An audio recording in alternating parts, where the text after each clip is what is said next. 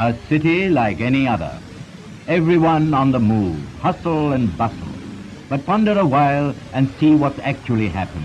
Yes, most of them look supercharged, but in fact they are merely on their way to work. They start the day with a bang, and soon the chairborne army lose themselves in files and books and papers. Exhausting work for the brain, but work that doesn't demand physical exertion. They're at it for 8 hours or more every day. Files, books, papers, discussions and counter-arguments.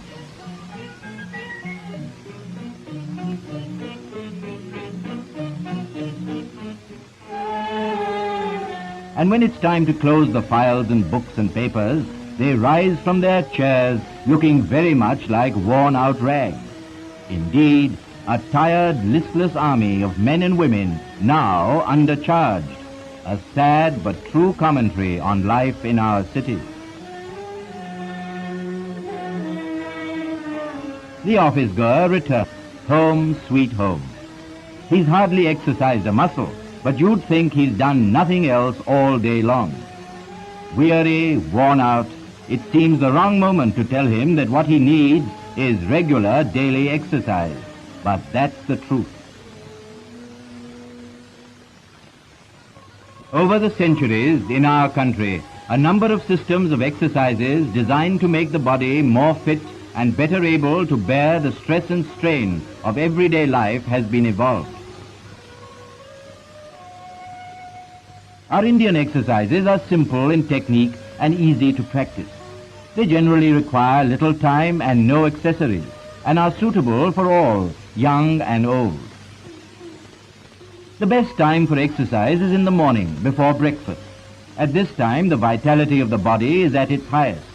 All movements can be done with a sense of ease, freshness, vigor, and a great deal of mental calm.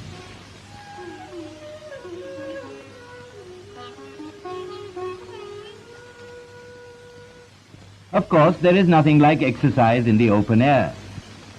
If one is compelled to do it indoors, then the room should be properly ventilated and free from draught.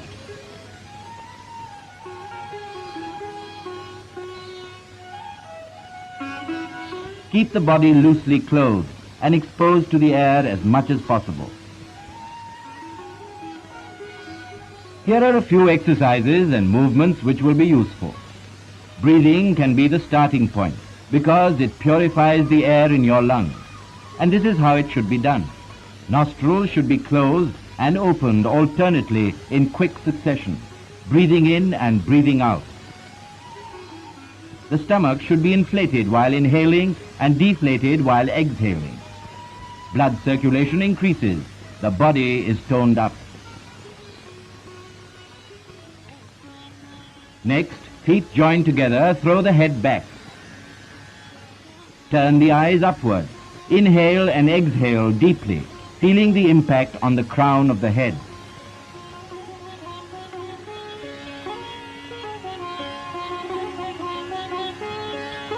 An exercise for the eyes.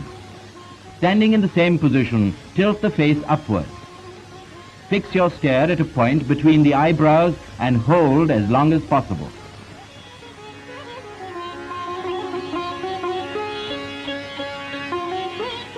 There is an exercise for the cheeks also. Close your nostrils with your thumbs. Inhale deeply through the mouth. Then tilt your head forward. Blow out the cheeks. Hold the breath as long as possible. Repeat 4 to 5 times.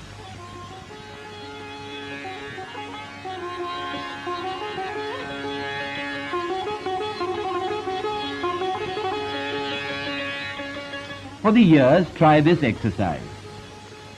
Plug the ears with your thumbs. Then with your fingers, close eyes and nostrils. Inhale deeply through the mouth. Tilt the head. Blow out the cheeks. Hold breath as long as possible. Then, holding the head straight, exhale slowly through the nose. Now the neck. While breathing in and out, inflating and deflating the abdomen, stretch the veins of the neck in quick, short jerks. Another exercise for the neck. Turn your head vigorously to the left and to the right.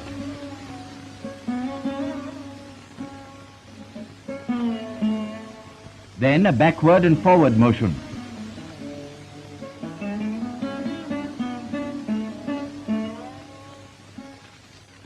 And finally, rotate the head from left to right. And again from right to left, slowly and forcefully.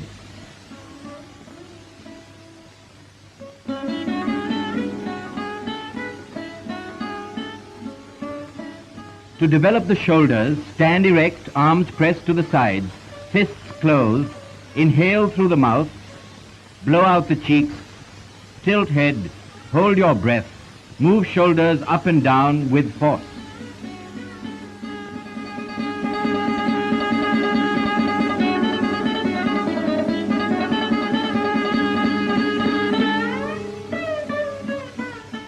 Now the arms. Stand erect, feet together, fists closed. Inhale through the nose, retain breath. Rotate the arms.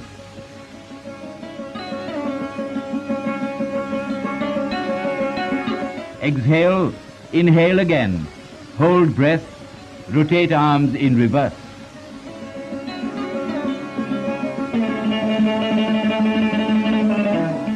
To exercise the wrists, hold arms straight in front. Move hands up and down with force.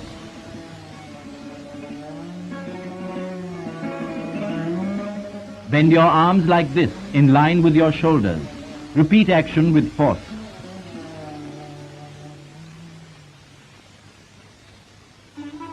Repeat the same with closed fists.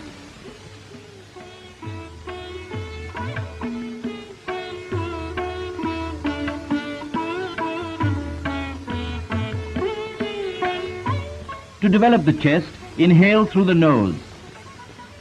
Raise your arms above your head. Bend the upper part of the body backwards and return to normal position, breathing out.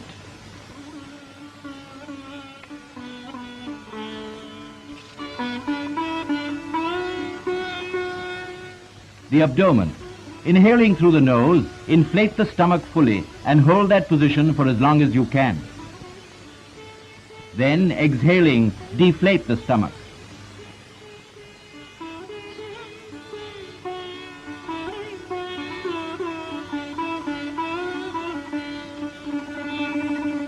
A variation. With your hands on your waist, bend forward. Then inflate and deflate the stomach as fast as you can.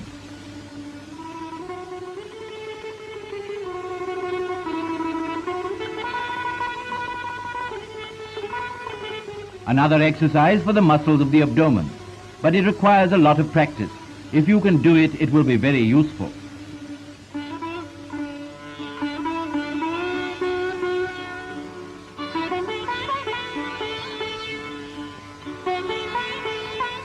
A movement for suppleness and agility. Ladies, pay attention. With the feet joined together and hands held at the back, bend backwards, inhaling through the nose.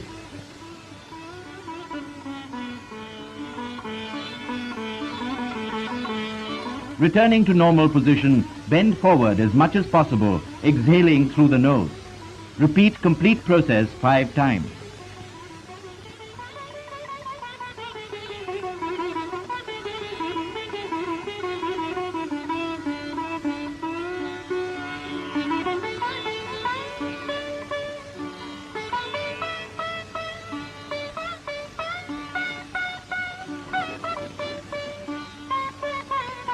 Another variation. Keeping the legs apart, swiftly move the upper part of the trunk to left and right. While swinging the arms, breathe in and out through the nose. Repeat the action 10 times.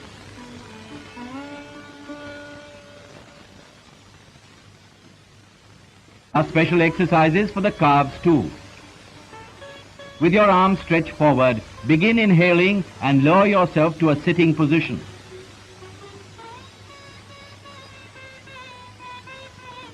While getting up, swing your arms in a circular fashion. This should be repeated 10 times. And now for the ankles. Stand with your feet together. Raise heels up and down while standing on your toes. Do this, if possible, 25 times.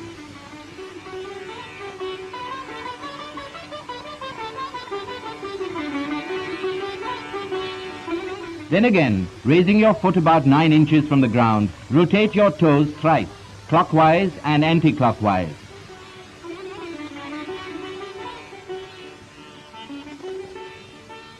Repeat with the other foot.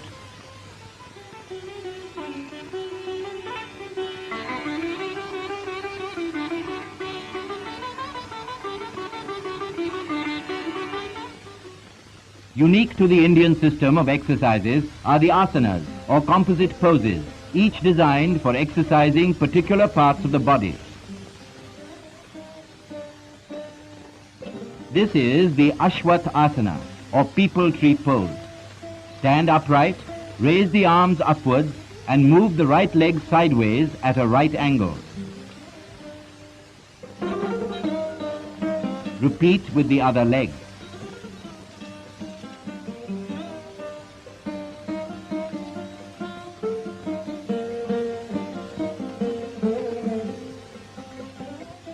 Kona asana, a pose in the form of an angle. Feet spread out, arm raised, bend as far as you can on either side. No part of the body should bend forward or backward.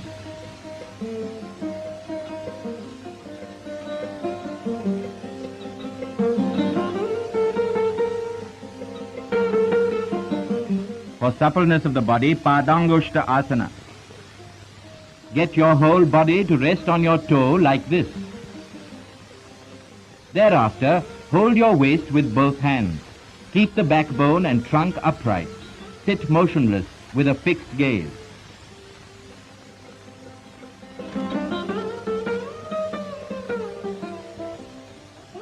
Padma-asana, the lotus pose. Watch carefully. Place hands on the lap with palms facing upwards, one above the other.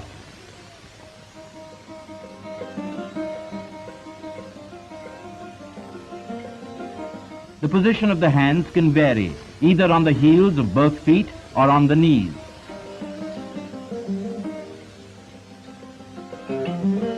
The backbone must be kept straight, and both knees must touch the ground.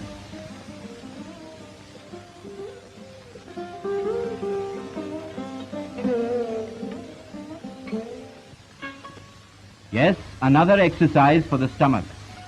Ardhamatsyendra asana. Yes, it's complicated, but practice makes perfect.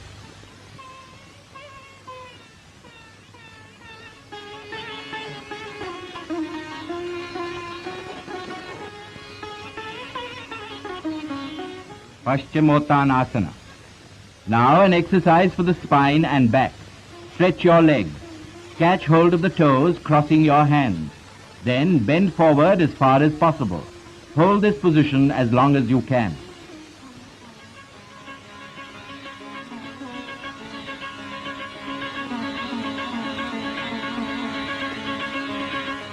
Mayurasana, or the peacock pose. Kneel, keeping 1 cubit distance between the knees. Place your palms on the ground with fingers stretched out, 4 inches apart. Join the elbows together at the navel. Slowly lift the feet from the ground. Stretch the legs, balance the body on the elbows parallel to the ground.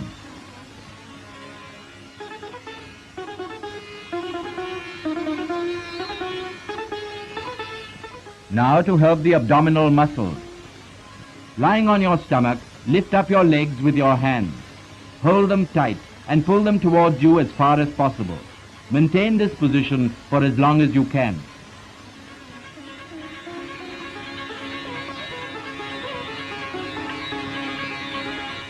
Bhujang asana.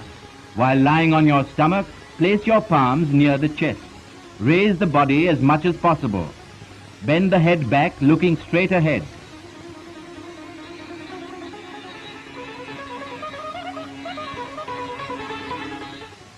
Sarvanga asana. And now a pose for exercising the whole body and improving blood circulation.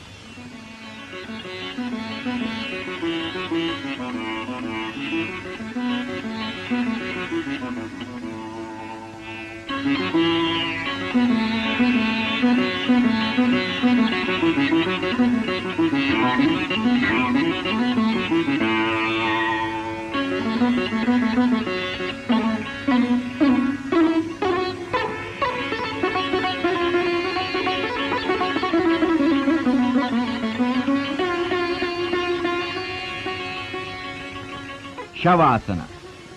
To obtain full benefits from your exercise hour, relaxation is essential. Lie on your back with palms of hands turned upwards near the waist. Relax your body to such an extent that you feel detached from your physical self. It's possible if you try.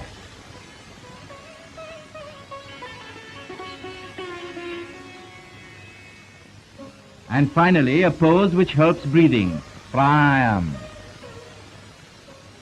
Close one nostril with your hand, breathing in with the other. Then close both nostrils and tilt the head down, holding this position for as long as possible.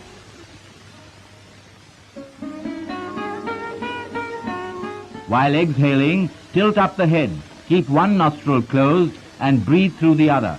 Repeat 5 times.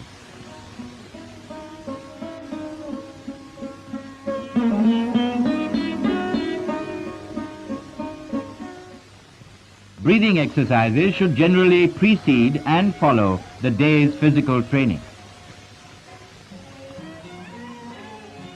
These exercises have an advantage. They can be done without unnecessary exertion and without much fatigue. However, they should be practiced only by persons in normal health. Otherwise, proper guidance is necessary. For us, living the intense life of the 20th century, health is a vital commodity. And here is a better way to it.